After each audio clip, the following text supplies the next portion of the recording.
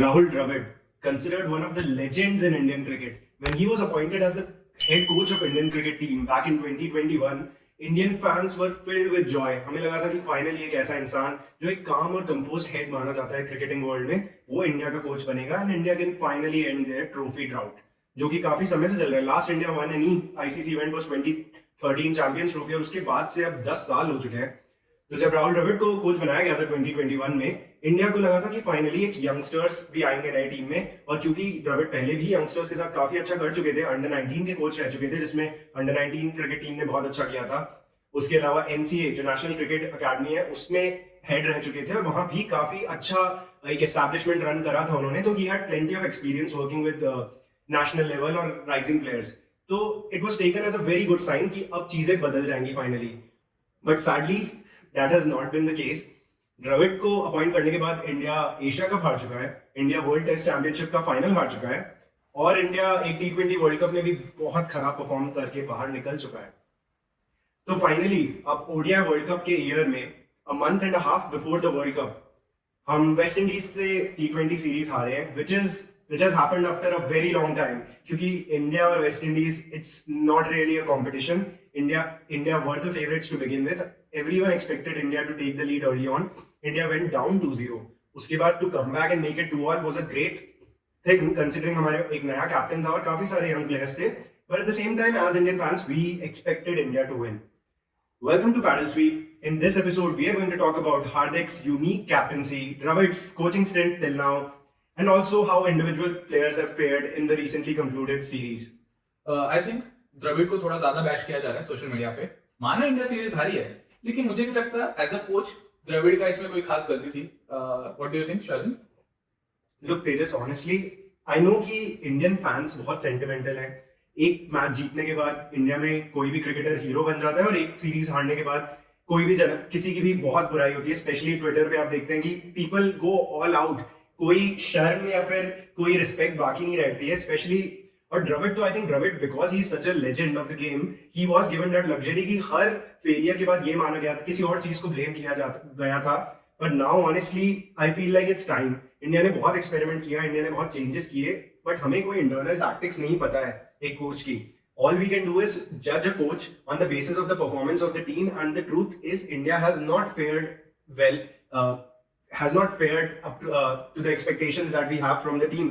It is supposed to be one of the best teams in world cricket, and to lose from West Indies, which is not even going to feature in the coming ODI World Cup, although this was a T20I series. But at the same time, I think Dravid deserves some harsh criticism. Whatever the reasons may be, the truth is India lost the series, and ODI series भी हम 2-1 ही जीते थे. It was not a one-sided affair which it was expected to be. So I think this bashing is sort of warranted. Well, to start off, India went with a very young team. यशस्वी जायसवाल, तिलक वर्मा, मुकेश कुमार, ये लोग debut कर रहे थे. तो it's unfair on them कि हम पहले series से उनसे एक्सपेक्ट करें कि ये लोग जिता देंगे. ये लोग यंगस्टर्स हैं, धीरे धीरे सीखेंगे और आगे मैच जिताएंगे. इसके अलावा इंडिया ने काफी मैचेस में फर्स्ट बैटिंग करने की कोशिश की, जो इंडिया पहले नहीं करती थी. माना कि इंडिया हारी है, लेकिन धीरे धीरे सीखेंगे, फर्स्ट बैटिंग का एक्सपीरियंस आएगा, तो जब कभी आगे मौका मिलेगा फर्स्ट बैटिंग का तो इंडिया जीतेगा भी. बट हाँ, मुझे हार्दिक के बॉलिंग चेंजेस थोड़े वियर्ड लगे. चहल जिस मैच में अच्छा बॉलिंग कर रहे थे, उस मैच में उन्हें फोर्थ ओवर ही नहीं दिया गया. अक्सर को कभी बॉलिंग ही नहीं मिलती है, कभी पावर प्ले में मिलता है, कभी रैंडम टाइम पे मिलता है. तो यूटिलाइजेशन ऑफ बॉलिंग रिसोर्सेज थोड़ा और था मेरे हिसाब से. लेकिन अगर तिलक वर्मा की हाफ सेंचुरी की बात की जाए कि हार्दिक ने उन्हें कंप्लीट करने नहीं दिया, मुझे लगता है कि थोड़ा ज्यादा हम लोग परेशान कर रहे हैं हार्दिक को इस बारे में. T20 में 50 it's not a very big deal and it's not a milestone by any sense. तो आई थिंक हम लोगों ने इसका ज्यादा इशू नहीं बनाना चाहिए. आई थिंक ठीक है जो भी हुआ है. लेकिन हाँ, मुझे हार्दिक पांड्या के वर्ड्स ड्यूरिंग टॉस और words during post match pre match presentations थोड़ा मुझे और लगता है. उन्होंने बोल दिया कि it's okay to be unique. पता नहीं, मतलब वो इजीली बोल सकते थे कि भाई हम कोशिश करेंगे पूरा मैच जीतने की, लेकिन हार गए तो भी कोई बात नहीं है, हम लोग सीखेंगे. पता नहीं उन्होंने it's okay to be unique क्यों बोला, क्या सोच के बोला. See, I think Tejas, with Hardik, you have to accept कि वो किसी भी point पे कुछ भी बोल सकते हैं. I am of the belief कि we should not read too much into it, क्योंकि हर मैच से पहले प्लेयर से पूछा जाता है what do you think, आप हार गए तो क्या होगा, आप जीत गए तो क्या होगा. तो I think it's only fair कि कोई भी कैप्टन थोड़ा परेशान हो जाएगा कि why am I being asked the same damn questions every time. तो उस मैच से पहले भी वो 1-1 था उस टाइम सीरीज, और हार्दिक से पूछा सैमुअल बद्री ने कि what if you have become the first captain to lose the series. तो उन्होंने, I think he was just being cheeky and he ended up saying I don't mind being unique, I don't think we should read too much into that. But that being said, I do agree कि हार्दिक India में आज तक सारे captains जो हैं they try to maintain a sense of humility जहाँ वो खुद को की ज़्यादा तारीफ ना करें, थोड़ा एक काम मैनर में अपने आप को प्रेजेंट करें, specially with the example that Dhoni had said. उसके बाद Virat, although he was a different sort of personality on the field, but Hardik की क्योंकि पब्लिक इमेज अभी थोड़ी ऐसी है कि seen as this rash flamboyant youngster, जो कि अब वो यंगस्टर की कैटेगरी में बिल्कुल भी नहीं है. तो आई थिंक ये तो बस एक रेपुटेशन का गेम है. I don't think the cricket side of things should be affected by this.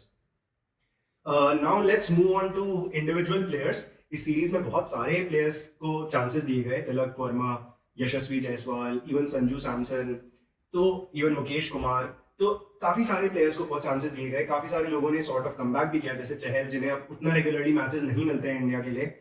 Sky भी अंडर लाइमलाइट थे क्योंकि उनका performance in the T20 series could potentially impact his selection for the world cup. तो we are going to talk about these players individually and see how they फेयर्ड.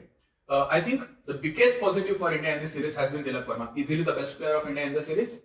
He got 5 chances to bat well in all those 5 innings. He also got a chance to bowl in one of the matches. And उसने Nicholas Pooran का wicket ले लिया यार. Nicholas Pooran पूरे series में हालत खराब कर रखी थी उन्होंने अपनी.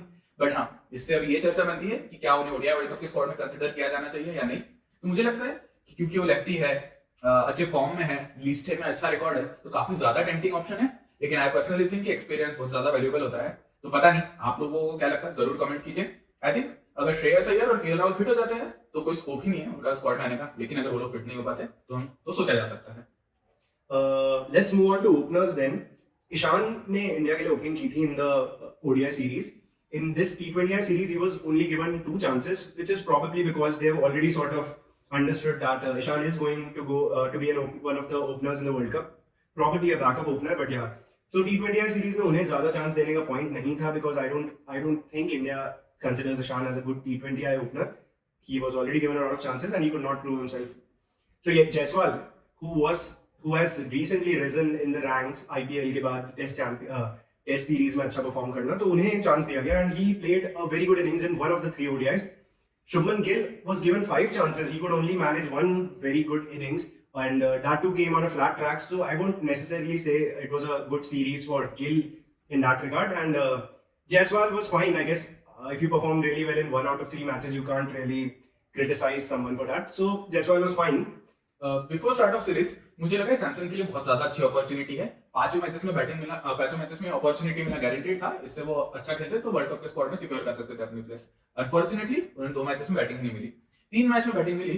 फर्स्ट मैच में जहां उन्होंने फिनिश करना चाहिए था इंडिया के लिए मैच, अनफॉर्चुनेटली रन आउट हो गए. लेकिन जो बाकी 2 मैचेस है उन्हें उनकी बैटिंग 10 ओवर के पहले ही आ गई थी. बहुत ज्यादा अच्छी अपॉर्चुनिटी थी कि बढ़िया इनिंग्स बिल्ड करे, उसके बाद मारे. एक मैच में तो अच्छा खेलना था ना यार, लेकिन नहीं खेल पाए अनफॉर्चुनेटली. तो उन्होंने अपने ओडीआई वर्ल्ड कप के चांसेस तो कम किए है, लेकिन मुझे लगता है उन्होंने नेक्स्ट ईयर जो T20 वर्ल्ड कप होने वाला है उसमें भी अपने चांसेस को हार्म कर दिया इस बार.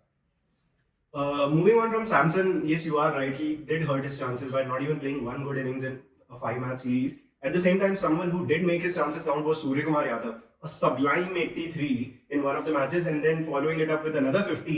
Suryakumar has really made use of the opportunities. He got 2 out of 4 innings in this series. He was able to do really well. So I think good on Sky, not just for the T20 World Cup next year, but also keeping in mind the ODI World Cup this year. He is in good form, and a player in good form is always more valuable than anyone with any amount of experience, in my opinion. Pacers की बात कर लेते हैं. अर्शदीप सिंह ने power play में काफी अच्छी bowling की. ऑलमोस्ट हमेशा आते थे तो पावर प्ले में विकेट ले ही जाते थे. बट डेथ बॉलिंग जो उनका यूएसपी था, जिसकी वजह से वो इंडियन टीम में आए थे, उसमें उन्होंने थोड़े रन्स दे दिए मेरे हिसाब से. आई थिंक उन्होंने अपनी एक्यूरेसी पे या अपनी ऑर्कस पे थोड़ा वर्क करना चाहिए, क्योंकि उनकी बहुत जरूरत है इंडियन टीम को. ओनली लेफ्ट आर्मर है in contention as far as T20 is concern. तो उनका अच्छा खेलना will be very valuable to the Indian team. Plus उनकी बैटिंग क्लियरली इंप्रूव होते हुए दिखी है. तो एक मैंने कहूंगा वो अभी भी नंबर 8 के लिए रेडी है, बट नंबर 9 वो कर सकते हैं अभी. तो I am very happy with Arshdeep's batting, but उन्होंने अपनी डेथ बॉलिंग पे डेफिनेटली वर्क करना चाहिए. इसके अलावा Mukesh Kumar, I think India के पास काफी सारे प्लेयर्स हैं जो पावर प्ले में बॉलिंग कर सकते हैं या अर्ली स्टेजेस में बॉलिंग कर सकते हैं. तो इसलिए इंडिया डेथ बॉलिंग के ऑप्शंस प्रिपेयर कर रही है, जिसकी वजह से मुकेश कुमार को सारे मैचेस में आई थिंक लास्ट के कुछ ओवर्स में डेथ ओवर्स में बॉलिंग दी गई है. आई वुडंट से उन्होंने एक्सेप्शनल किया, but I think he did okay. उन्होंने अपने चांसेस को तो कहीं से हार्म किया नहीं. Okay, let's move on to the spinners then. We had 4 spinners in our ranks in this squad. Aksar was the designated all-rounder. Chahal, Kuldeep and Bishnoi were the out-and-out spinners. Kuldeep Kuldeep and Chahar both played almost all the matches. Kuldeep missed one because of potential injury, I think. And he did pretty well. He took 6 wickets in 4 matches at an economy rate of 5.5, which was the best among all the bowlers in the series. Talking about Chahal, he took a few wickets. He bowled well in, I think, 3 out of the 5 matches. But in the remaining 2, he proved to be really expensive. So, and that has been the case with Chahal in the recent past. When he goes for runs, he manages to go for a lot of runs. I think based on this series, Kuldeep has clearly outshone Chahal. Talking about Ravi Bishnoi, I was personally very interested in seeing how he performed. But he was only given 1 match and he went wicketless in that match. So not a lot to talk about Ravi Bishnoi in that regard. Given a longer run, I think he has the chops to do really well, considering he manages to bowl really well in IPL as well in tough situations, and he's a terrific fielder and also a very good tail-ender, if I may call it. He can hit the ball far.